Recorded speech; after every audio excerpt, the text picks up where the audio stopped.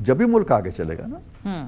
صحیح. یہ جو شہباز صاحب کا ہم بیان سن رہے تھے جس پہ وہ وسوسوں کی بات کر رہے تھے کہ جی اچھا چل رہا ہے نظام لیکن وسوسے آتے ہیں, یہ وسوسے انہوں نے کسی اسپیسیفک کانٹیکس میں کہے یا کوئی جنرل وہ ایک عمومی بات کر رہے تھے کہ بھائی نظام کو کوئی عرصے بعد خدشات آتے ہیں تو ان خدشات کا اظہار کر رہے تھے, یا کوئی وسوسے انہوں نے سینس کیے ہیں ریسنٹلی ان چند ہفتوں میں؟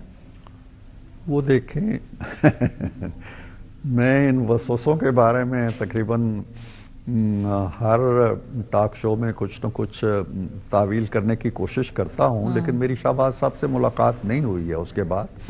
میں بذات خود ان سے پوچھوں گا کہ ان کا اشارہ کس طرف تھا تو پھر زیادہ مستند طریقے سے آپ کو بتا سکوں گا. لیکن ایک چیز عمومی زندگی میں ہم دیکھتے ہیں, ہم کتنے ہی پر یقین کیوں نہ ہوں, کسی بڑی مہم کی طرف جا رہے ہوں, کسی کمرہ امتحان میں داخل ہو رہے ہوں, کسی کھیل کے میدان میں داخل ہو رہے ہوں, تو سپرٹ بھی ہوتی ہے, کامیابی کا جذبہ بھی ہوتا ہے, لیکن کہیں نہ کہیں کوئی وسوسہ بھی ضرور ہوتا ہے, کہ چھوٹا سا ڈر بھی ہوتا ہے, خوف بھی ہوتا ہے کہ اللہ کرے یہ معاملات ٹھیک چلتے رہیں. تو میرا خیال ہے اسی سینس میں انہوں نے بات کی کہ ملک آگے بڑھ رہا ہے اور اللہ کرے کہ کوئی رکھنا نہ پڑے. جو عمران خان صاحب نے کہا اور ان کی بہنوں نے بار آ کے بتایا جی کہ ایک ہاؤس اریسٹ کی آفر ہے, آپ کو بھیج دیتے ہیں بنی گالا, یہ کئی مذاکرات اور بھی ہو رہے ہیں, کہیں کوئی پیرلل گفتگو بھی ہو رہی ہے, کہیں وہ وسوسے تو نہیں ہے؟ کیا آپ کو معلوم تھا کہ ہاؤس اریسٹ کی آفر دی جا رہی ہے خان صاحب کو؟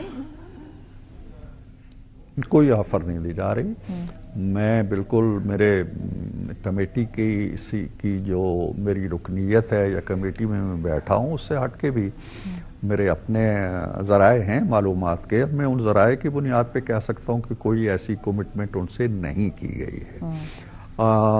اور پھر میں نے اگلے میرا خیال ہے 1-2 دنوں میں میں نے بہت سے پی ٹی آئی کے رہنماؤں کو بھی سنا ہے جن سے یہ اسپیسیفکلی پوچھا گیا علیمہ خان کے بیان کے بارے میں, تو انہوں نے کہا جی ہمارے علم میں نہیں ہے, ہم نہیں جانتے, اگر کوئی ایسی پیشکش ہوئی بھی ہے تو ہمارے علم میں نہیں ہے.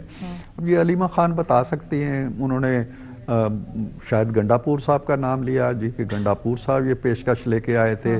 اب یہ پیشکش کب آئی تھی, کس وقت آئی تھی, کس نے ان کو یہ کہا تھا؟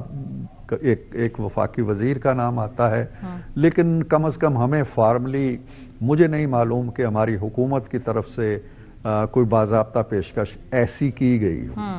عرفان صدیقی صاحب, آپ نے بڑے پاکستان کی سیاست مد و جزر دیکھے ہیں, جو اس وقت مذاکرات ہو رہے ہیں ان کا عملی طور پہ کامیابی کے امکانات آپ کو کتنے لگتے ہیں جو اس وقت معروضی حالات ہیں ان کو دیکھتے ہوئے؟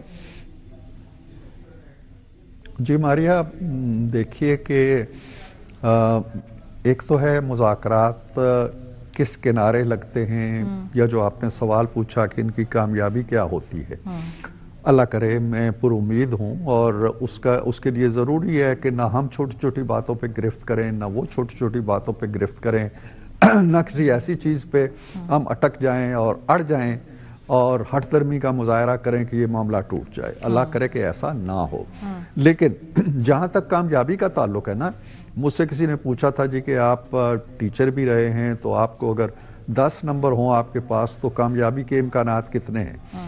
تو میں نے کہا تھا یار دیکھیں, اگر میں نمبر دوں نا تو 50% نمبر تو آلریڈی ہم لے چکے ہیں. میں کہتا ہوں ہم کوئی نتیجہ خیز نہیں بھی ہوتے ہیں, ہم روٹ بھی جاتے ہیں کہ جی ناکام ہو گئے.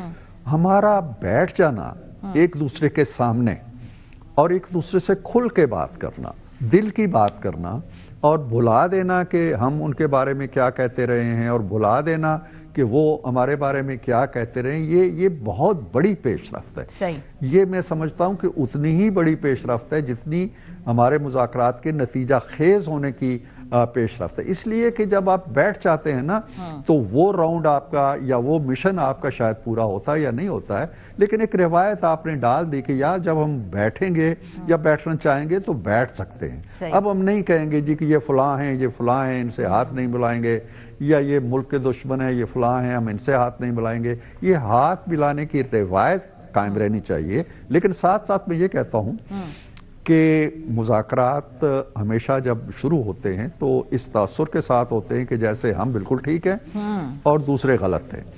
ہم ایسا نہیں سمجھ رہے, ہم سمجھتے ہیں کہ ہم ان کی جگہ بیٹھ کے اگر سوچیں تو ان کے بہت سے مطالبات حق بجانب ہوں گے, اور وہ ہماری جگہ بیٹھ کے سوچیں تو انہوں نے بھی حکومت کی ہے، انہیں معلوم ہے کہ کسی کو جیل سے رہا کرانے کی مشکلات کیا ہوتی ہیں اور کیا روایات ایسی موجود ہیں۔ ان کے دور میں ساری اپوزیشن جیل میں رہی، میں بھی 4-6 دن ان کوٹڑیوں میں رہ کے آیا ہوں، تو انہیں معلوم ہے کہ یہ کیسے نکلتے ہیں۔ لہٰذا ہمیں ایک دوسرے کی مشکلات کو اور ایک دوسرے کی جو حسیات ہیں یا خواہشیں ہیں ان کو سامنے رکھ کے ہی آگے چلنا پڑے گا۔